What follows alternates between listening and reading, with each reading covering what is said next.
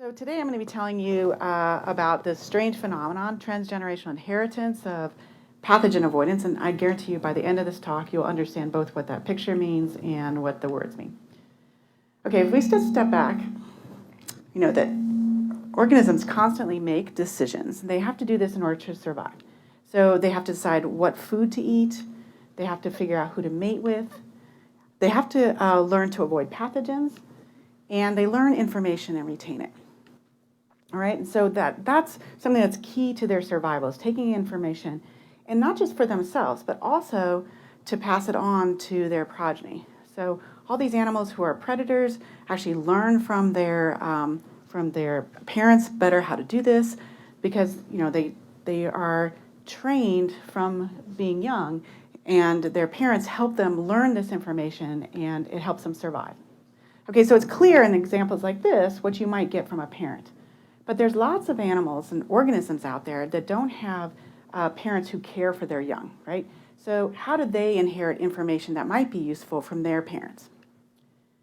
Now, for some of you, some parts of this talk are going to smack of Lamarckian inheritance. So this is this concept that, Lamarck, his work was around the same time as Darwin, and lost favor because Darwin's ideas of selection actually won out. But Lamarck, if you might remember, his idea was this idea that there was a transmission of acquired characteristics from parents to their young. So the famous example is the idea that if a giraffe had a long neck, that it would transfer this information to its progeny. Of course, none of us believe this now, but there are certain elements of non-genetic inheritance that we have to pay attention to, because there could be ways that we could inherit information through non-genetic means.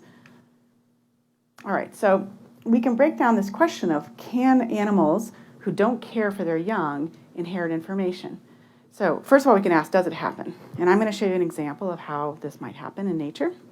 And if so, what's the signal that they're receiving? What is the information that is actually being passed down? Okay, and then we're going to try to, I'm going to the bottom question here, is can this be conveyed molecularly? So can we identify the molecular components of this information? And then in the quirkiest aspect of this talk, I think, is the fact that we've discovered that they can transmit information not just to their progeny, but also horizontally to other individuals. Okay, so to understand what we're talking about here, I have to introduce the concept of transgenerational epigenetic inheritance. So the idea of TEI is that, particularly for humans, the idea that parents can undergo some severe trauma, stress, famine, and that not only would their kids have some deleterious aspect that they've inherited from this, but some things may even be passed on to their grand progeny. So this is a really debated area right now, and it's not clear how this would happen. So we became interested in this question because you can actually trace back certain stories in history to this idea.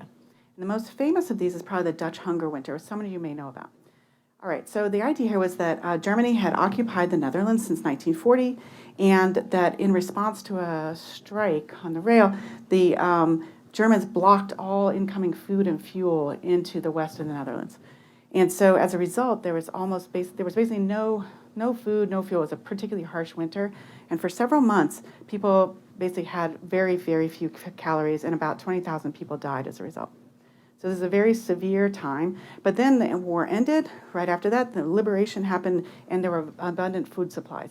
So it was basically a pulse of starvation and famine.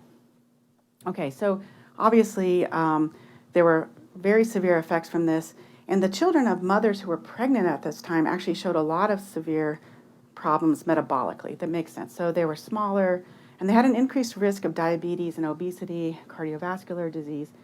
They also showed later in life that they had a higher mortality. And this is all compared to their siblings who had also undergone the exact same conditions, but were just not in utero at the same time. They also later was noticed that they had an increased risk of schizophrenia and some affective disorders.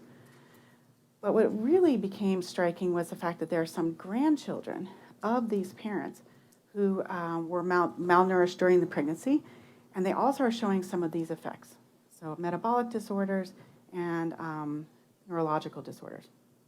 So this may be an example of TEI, But of course, it's really hard to study this effect in humans. And so if we want to understand this phenomenon, see if it's true, we need to really understand whether there's a molecular basis to any examples of TEI that we can find in nature. All right, so as I mentioned, it's difficult to study. So this is something you couldn't study in humans just because, I mean, you can only do retrospective studies and you can't do anything that you'd probe experimentally. So if you want to do this, you need to find a better system. So you need something that's fast, that has a really fast generational time, so that you can study multiple generations really quickly. You need to find one that's easy to genetically manipulate so you can test things. And it's got to be simple so that you can really understand all the effects that you're seeing. And of course, humans meet none of these. If you're not going to use humans, then you need to use a system that's molecularly well conserved, particularly with mammals. And it would be nice if you find something that's really far away from humans and mammals, can you find at least how it's physiologically relevant, right? So why would this happen in nature? Because we really don't even understand why some of these effects would even be set up molecularly. Okay, so in my lab, we use the model system C. elegans. So C. elegans is a small nematode, and it lives only a couple weeks. But for our purposes in this study, what's really magical about it is it goes from an egg to an adult in only 2.5 days, which means we can study many generations really rapidly. All right, so they're hermaphrodites. They're essentially clones of one another, so we can make sure that our genetics are nice and clean. And they have a really simple body plan. I don't know if you can see this well, but they only have a few tissues. They have their muscles, their neurons, their skin, and then they have most of their bodies filled up with their developing germline because they're basically reproductive machines. They're filled up with eggs, as you can see. And so this allows us to really understand at this very simple level what is going on when we do manipulations. But amazingly, despite this really simple body plan, about 75% of their proteins have a human ortholog. So that means there's a good chance that what we study might have some sort of function in humans as well. And what's also really nice about them is they don't just lay there. They have a really rich set of behaviors, which the other part of my lab, which David alluded to, we actually study learning and memory. And so we're in the business of trying to understand behavior. And so we can use that to our advantage in these types of studies. And so if you fall asleep right now, the punchline is we discovered a new paradigm of transgenerational epigenetic inheritance that's actually physiologically relevant for these animals. And it's their ability to learn and pass on this learned pathogen avoidance that helps them survive. Okay, so why would they need this? You know, we do everything in the lab, but the truth is that these animals came from the natural world. They're mostly found on rotting fruits because that's where there's a lot of bacteria. And recent studies have shown, like basically microbiome studies of the animals have shown that there's a huge diversity of these species, but a big fraction, about a third of these are Pseudomonas species, which is relevant for the story I'm going to tell you today. The interesting thing about Pseudomonas is they can be a great food source. They're actually one of the primary things that the worms eat. But at high temperatures, they can be really deleterious, which I'll show you in a minute. In fact, the strain I'll show you most about today, PA14, so this thing, which actually is a clinical isolate, which I'll come back later, it actually grows in lungs of, for example, unfortunately, cystic fibrosis patients. But this Pseudomonas aeruginosa at 25 degrees is detrimental. At low temperatures, it's a really good food source. So I think that's key to what I'll be telling you today. All right, so here's what I'm talking about. This is really bad for the animals. All right, so on the left, you see a really healthy C. elegans. Even if you've never seen one before, you can probably tell its tissues are nice and you can see each one of its cells really well. And that's just eating E. coli or OP50. That's the control bacteria we use in all of our experiments. Now on the right, you see the worms have been only on Pseudomonas for 2 days. And this thing is in bad shape. You can see its guts are spilling out, all its fat's dissolved. And in fact, it's only going to live for a few hours more. Right? So it's really, really bad for them. Here's the funny thing. They love the smell of this bacteria. So when they smell it, they think they're going to get a good meal. And so they all rush over to it. All right? And I'm going to show you a lot of these choice assays. All you have to remember is 2 directions. Down means they're choosing the Pseudomonas, and up means they're avoiding it. Okay? So what others discovered, Corey Bargman's lab showed a few years ago, was that if you feed the worms the Pseudomonas first, though, it makes them a little sick. And then the next time they encounter it, they all avoid it. All right? So they learn to avoid it from essentially getting food poisoning. So what we wondered was, do they pass on that learned avoidance to their progeny? So we simply took worms that had learned this, and we bleach them. So if you dissolve worms in bleach, it actually gives you just the eggs back, because has a hard shell and it's protected. And then you can grow those worms up on just the E. coli. So in theory, those worms have never seen Pseudomonas. Okay? And now when we do the assay, they already know to avoid the Pseudomonas. Okay? So they've retained some of that information from the mother. Okay, now you could convince me that there was some Pseudomonas that those eggs kind of encountered somewhere in the body of the mother. So the real question then becomes, well, how long, how many generations do they carry out this behavior, right? And so what we did was we just simply repeated this procedure of bleaching the worms and taking the eggs and growing them up on E. coli. And these are the grand progeny, F2. So they already know to avoid it, and the great-grand progeny know to avoid it, and the great-great-grand progeny know to avoid it. And it's only when we get to the F5 generation that they go back to their natural attraction towards the Pseudomonas. Okay? So if we plot just that behavior, we can see that it lasts for 4 generations. Okay, so this was intriguing to us because you couldn't argue that there's some exposure. It really had to be something being carried on from the mother down to all these different generations. Now, if we just step back for a second and say, well, why would this happen? I showed you that they have a very short generation time. So this is about 2 weeks in the life of a C. elegans, which is about the time you can imagine, like if there was a heat wave in your apple orchard or something, you might want to avoid Pseudomonas aeruginosa, but it's going to be cool again, and if you keep avoiding them, now you're missing out on a good food source. So there's a reason for them to lose this behavior after a few generations. And so this confirmed to us that we know that learned behaviors can be inherited, but what we don't know yet is how it happens. Okay, so how do they already know? What are the molecular mechanisms that are involved in this avoidance behavior? All right, so we did a very simple experiment. We just took those F1 progeny and we just did RNA-seq on them. And one thing we noticed right away, one thing we expected to see was a lot of innate immune genes, because that's usually what you get when you put worms on a Pseudomonas source. But these are the progeny. And what we saw was mostly neuronal genes, which was exciting for us because we had just defined what was in neurons, and so it was a good use of that information. And so you used like the list of usual suspects of neuronal genes in worms. But that included a TGF-beta ligand called DAF7. So this is basically a signal that goes out from cell to cell to communicate. And we decided to really focus on this, not only because it's one of the top genes, but because it was really well studied previously. And so we could sort of use that for our purposes. So the first thing we did was look at where does this gene turn on? And I know most of you have never seen a worm neuron before, but what I'm showing you here is a sensory neuron called the ASI. Worms only have 302 neurons, and a fraction of those are sensory neurons, and this is one of the best studied neurons, ASI. And what we can see is that worms that have been, their parents have been treated with Pseudomonas have this really bright DAF7 signal. Okay, so we can see that there is really a signal that goes on in their neurons of the progeny, which is quantified there. So then we just decided to ask, well, how many generations does this last? Does this correlate with the behavior that we've shown? And so what I hope you can see is that, yes, it correlates really well through the F4 generation, and again, it disappears in F5. So basically, if a worm turns on this signal, it's going to avoid Pseudomonas, right? So this tells us that there's information from the mother's generation that's passed down somehow to their, and it gets expressed in their neurons to tell them to avoid Pseudomonas. So this affects their neuronal function. All right, so the other clue that we found while we were doing this was we decided to look at small RNAs. And that was mostly because previously when people had studied immunity, they'd noticed some microRNAs. So we wanted to confirm that we saw those.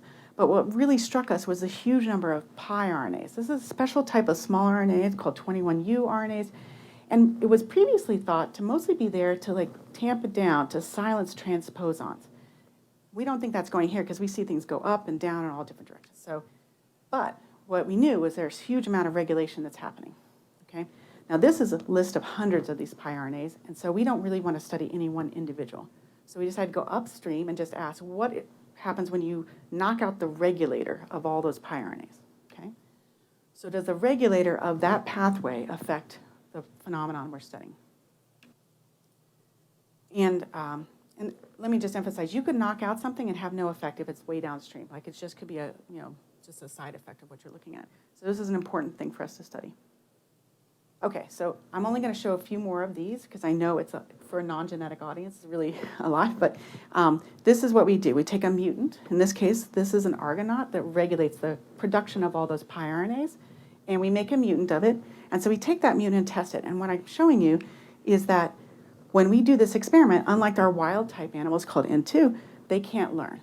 So this tells us that this gene is absolutely required for this function, this TEI function. And I'm not going to show you all the genetics. We tested each one of these genes in this entire pathway, and all of them are absolutely required. So this tells us there's a complex pathway that's required for this behavior that we're looking at. And that was not perhaps so surprising because we know that things like epigenetic regulators of DNA actually are part of the epigenetic complex and could be important for transgenerational inheritance. And so this fit in line with this idea that we're seeing some sort of epigenetic regulation. But we could use this information to do a very important experiment because it's been floating around there, this idea that you could change your brain and then somehow your progeny would inherit the information. But we wondered what happens first. You can order things by doing basically what's called an epistasis experiment if you combine a couple of these. So we combined this mutant with that signal we saw in the neurons, DAF7. Okay? And that's what I'm showing you here on the right. I forget if it's going to pop up or not. So what we see is that when you knock out that piRNA regulator, you no longer get the change in neurons. And so that tells us the order goes from the piRNA pathway to neurons, not from neurons to the piRNA. Okay? All right. So I'll come back to the genetics of this, but first I want to get back to what information is the animal taking in from these bacteria that they're eating, right? So one of the first things we studied was metabolites, right? So bacteria make a lot of metabolites, and that's what they smell, and the animals are directed by this all the time. And we were somewhat disappointed when we did this experiment and it didn't work. So it's not from the metabolites that the bacteria send out, okay? So we had to look harder. And in this case, what we did was we actually scraped the bacteria off the plates and collected DNA and RNA. And what we found was that when we isolated just small RNAs, shown here, and then we squirted that right onto E. coli. So those worms never see any bacteria, any Pseudomonas, and they all learn just fine. So we can see that the small RNAs from the bacteria have to be responsible for inducing this behavior. What's really cool about it, though, if you look over on the right in the red, those worms learn this fine, but they're never sick. They're super healthy. So they don't have to undergo like basically food poisoning in order to get the signal that tells them to avoid it. Right? And it lasts for 4 generations. So it's entirely responsible for that multi-generational response. Okay, so once you invoke small RNAs, the C. elegans is kind of famous for the fact that RNA interference was discovered in C. elegans and the whole pathway is mapped out. So again, we could just rely on all the mutants that the rest of the field had already characterized and just line them up and test them. And the bottom line is they're all required. But what I'm showing you here is dicer. So this is the most famous. This is the one that actually literally cuts the RNA into bits. And we can see that the dicer mutant can't learn. So we know it's required. But we can do a nice experiment here. I mentioned tissues earlier. So we can start dissecting all this by simply putting that gene back just into one tissue. And when we put it back into the intestine of the worm, we rescue all of its activity. Okay? So why is that important? Well, it starts to tell us what do you need. We can sort of build a map now of where you need, which tissues need where, and at what time. And so this tells us the intestine is required for small RNA uptake and processing. That starts the whole process, okay? And then the next thing was to ask, well, do you need the germline? I'm going to kind of dwell on this point for a second. Our expectation initially was that we would only need the germline in order to pass on the information, right? But this experiment where we knock out the germline, so there's a mutant called GLIP1 which doesn't develop a germline. So you could imagine those animals are perfectly healthy. They grow to be adults, they just never have any progeny. And they can't learn the information. So that was really surprising to us. And then we did another version of this where we just mess up a component of the germline called the P granule. And we see that those also can't learn, right? So this was one of the most surprising. In fact, my lab sat on some of these results for a while because we couldn't make sense of it. But I'm telling you the final story, so it kind of makes sense. So the idea is that the small RNA signal goes into the animal, they eat it, it goes into their intestine and it gets processed, and then the signal must go to the germline before it goes to the neurons to tell the animals what to do, okay? So this was really striking to us. So if we put everything together into a little map of where everything's happening, as I just said, the worms eat the bacteria and they ingest those small RNAs. The small RNAs get processed and then passed on. They goes to the germline. And then in the germline, a lot of different things happen. And I'll be honest, this is the part where we don't quite understand. We've mapped a lot of genes that have their function here. But we don't totally get what is going on in the germline. There's just too many things right now. But we do know that something happens in the germline. A signal goes from the germline to the neurons. And that's the last stop. Okay? And the neurons, that's where we know that that changes their behavior. Okay? So this was kind of a perfect thing. If you want to make sure that you give information that you've learned, you not only take in the information and have a behavior, but you make sure that it has to go through your germline so it actually passes on to the next generation in order for it to work. Okay, so we have small RNAs. We should be able to figure out which one, if there's just one. One of my favorite parts about this project was that we got into a little argument about whether there would be just one. And for a while, people in my lab were convinced there wouldn't be just one. There should be like lots. There should be too many to even find. And so we did this experiment where we took the conditions that cause the induction of the behavior, and it's really only one. It has to be on a plate. It has to make a biofilm. Because if it's grown in liquid culture or if it's at too cold of a temperature, then it doesn't work. Okay?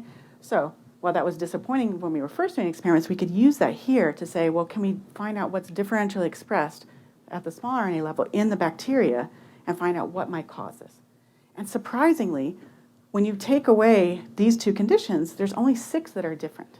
Okay? And that's a manageable number, right? In fact, my postdoc Rachel Koleski, when she got this result, her email said, "Too good to be true." That was the title of it.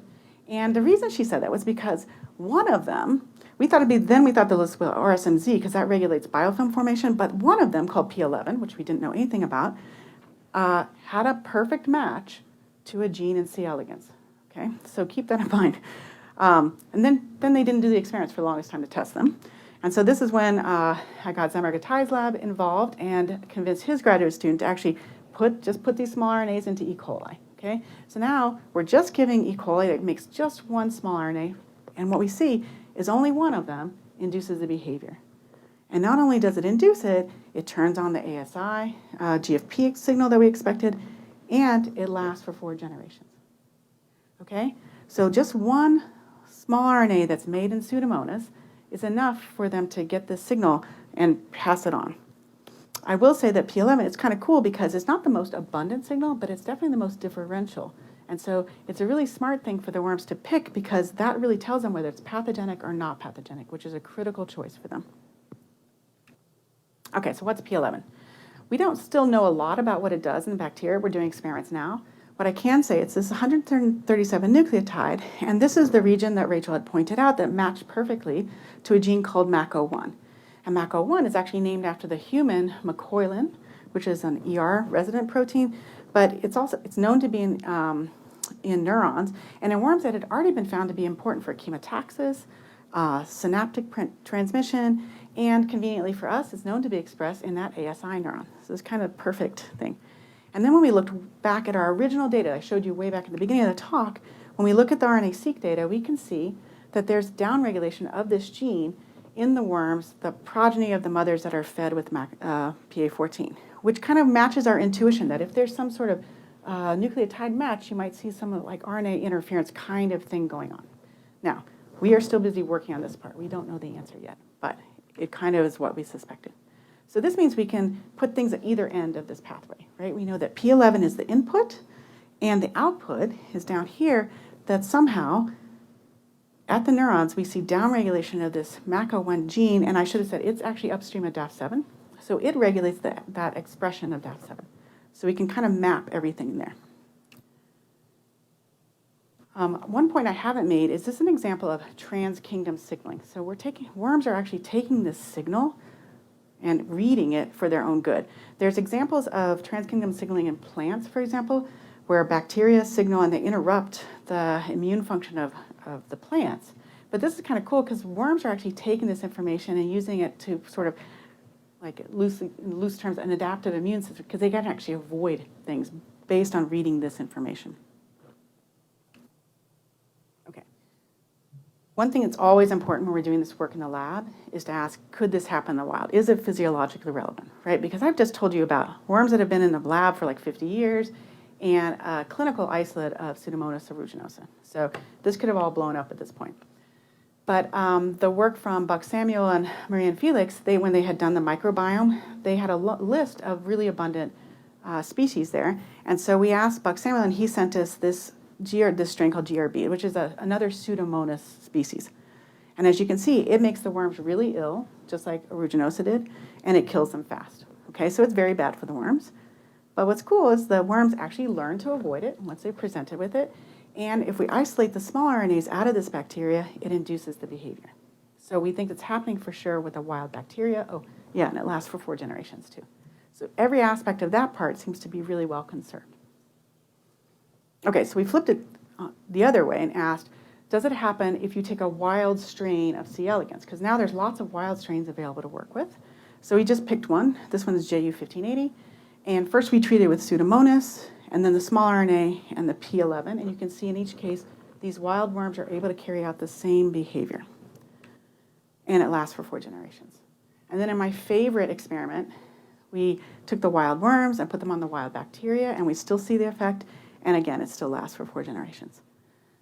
So at this point, we're pretty sure that in the wild, so this is a physiologically relevant behavior for these animals. It's not just some lab thing, that they use this information by taking the small RNAs from the bacteria and interpreting it and using it as a signal to then escape, at least for a few generations, and tell their progeny to do this. Okay. I know I speak too fast. Sometimes I wasn't sure how much to put in here. And now I'm going to give you the sort of like most surprising aspect, I think, of all of this work. And that's the horizontal transfer of memories. All right, so there's a weird history here that I don't know all of. It's very old. So in the 50s and 60s, James McConnell was using planaria. And the idea was that he would do classical conditioning on them. He was using light and electric shock. And then he would cut off the heads of planaria. And planaria are famous for their regeneration ability. So he would allow them to regenerate. And then he said that they were still able to do this behavior as if they remembered. Okay? This was extremely controversial. What became even more controversial was he did the same kind of thing. He ground them up and fed them to this cannibalistic strain of planaria. This turned out to be unreproducible by others, even though he was actually, I guess, a bit of a showman. He was all over the place talking about this. Lots of people tried to do this and got inconsistent results. So it kind of died. We were wondering, though, if maybe worms, our worms, C. elegans, would actually do something similar here. Could it transfer information, not just vertically through generations, but actually horizontally to other animals? Okay, so we did this kind of crazy experiment. So this is now, we're taking, these are P11 trained mothers, so they've never seen real aeruginosa, and we're taking their grand progeny and ground them up, and we stuck that lysate onto fresh worms on E. coli. And that was enough to train them to avoid the bacteria. So we're excited about that. All right, so that was crazy and it worked. And then we decided, well, okay, can we find what it might be in this lysate? And so we did some really baby biochemistry, just did ultracentrifugation and took the different fractions. And in the heaviest fraction, we see that that's enough to induce the behavior, and again, lasts for 4 generations. And then we decided to just see what it looked like. So we did EM, and I hope you can see that there are these little virus-like particles that are floating around in this. Now, we don't know what they are. So we decided to ask, where could we figure out what the origin of the VLPs were? Conveniently for us, just when we thought we were going to have to do some really hard work, another lab, Jim Priest's lab, he did it back in 2012. We went to the library and figured this out, that he'd actually tested all of these transposable elements, in this case the Ti3 retrotransposon called SIR1, and found that only one of them in C. elegans forms similar viral-like particles. And that's shown on the right. And then these are we show that it's actually in the germline of the animals. Okay? So we wondered if this could be responsible for this transfer behavior that we saw, or transfer of memory.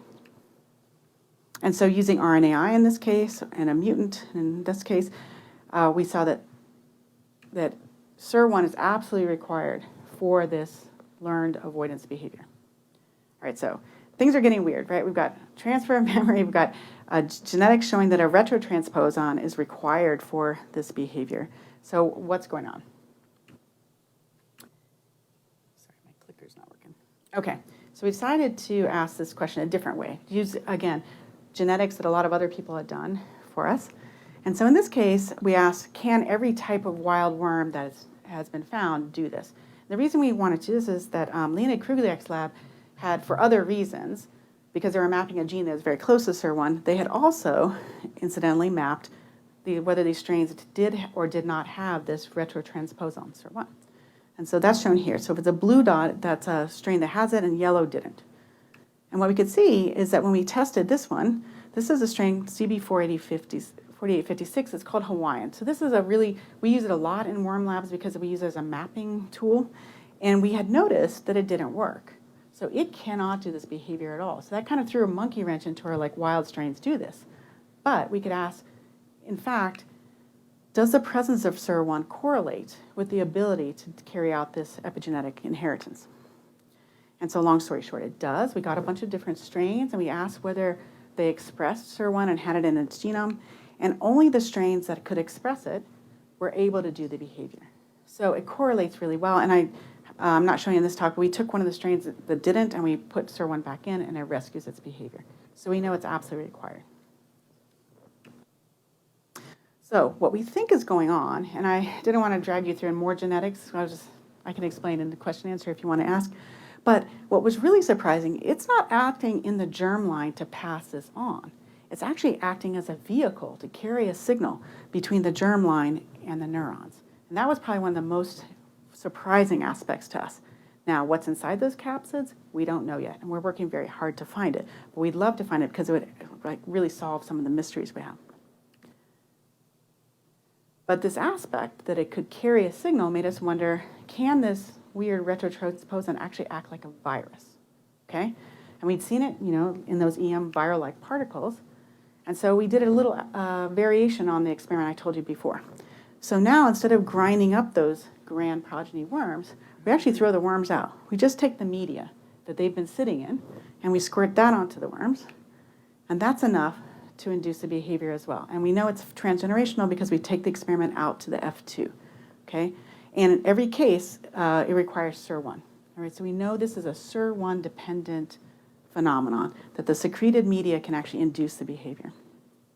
All right, so what I'm showing in this experiment is actually both horizontal transmission, because we're actually squirting onto individuals, and also vertical transmission, because it goes through the different generations. All right, and then we started asking, well, what do the recipient worms need in order to take in this information? You do a lot of experiments in lab, and sometimes you're disappointed by the results. And we were hoping, in this case, we were hoping that we could get at some easy answers. But I'm going to tell you it's a little bit complicated. All right, so first we did this ultracentrifugation. We again get this heavy fraction. It induces the behavior. And we know that it has to be inside this capsid, because if we treat it with a detergent that destroys it, they can't do it anymore. Okay, so that tells us. And so we're trying to figure out what's inside. But what the recipients need is a different question. Okay, so what we're hoping to get here, because we have two different types of animals. We have the donor phenotype and the mutant phenotype, the recipient. And what we can do is mutate the recipient so we can ask, what do they need? And we were really predicting that if you just dumped enough of this stuff on them, that it would go straight to their neurons and they would be able to do this function, right? But in fact, that didn't work. What happened is they really need a germline, which is shown over on the right. If they don't have a germline, they can't do this behavior. And if they don't have SIR1, they can't do the behavior, okay? So what does this tell us? We had to step back and think about this for a little while. There's a couple things here. First of all, it restricts who would benefit from this, right? So if I just showed you a bunch of wild worms do and do not have SIR1, so that means only the ones that look like you, that also have SIR1, can actually benefit from this stuff. Okay? It also means that that's the SIR1 result. GLP1, the germline phenotype, shows us that there's not enough of this signal to just go straight to the neurons and cause this behavior. What you really need is a way to amplify it. And we think that's part of what the germline does. It amps up the signal so that there's enough of it to get passed on.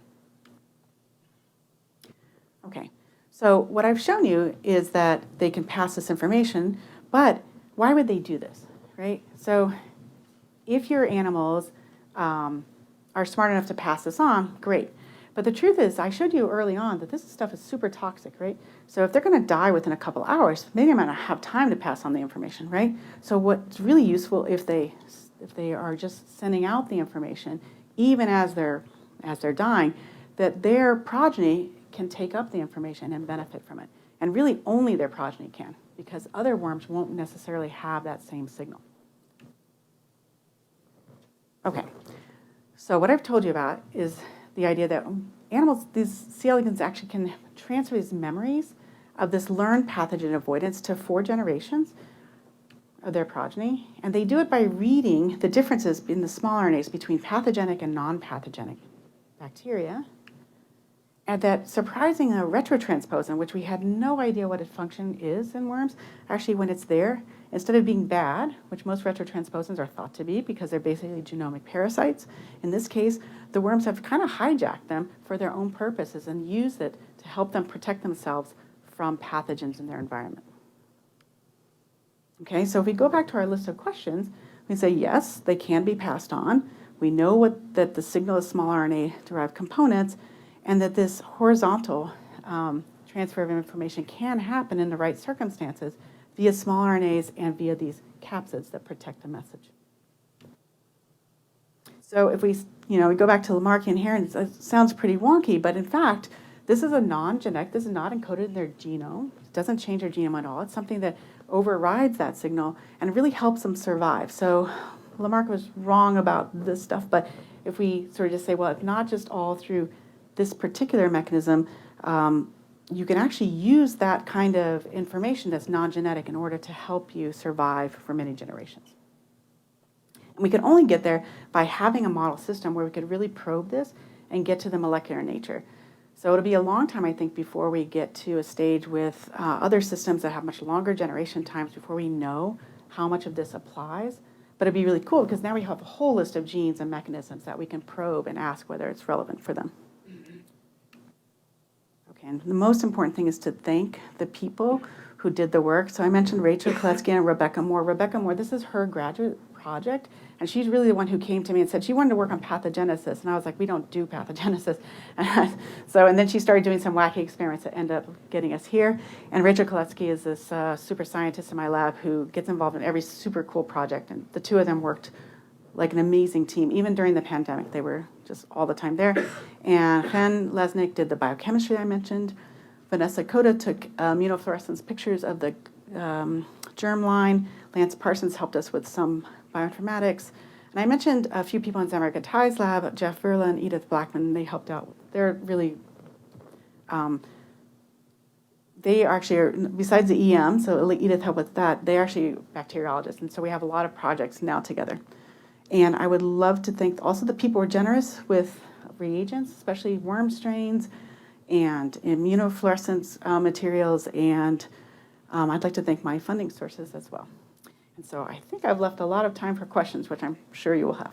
So thank you.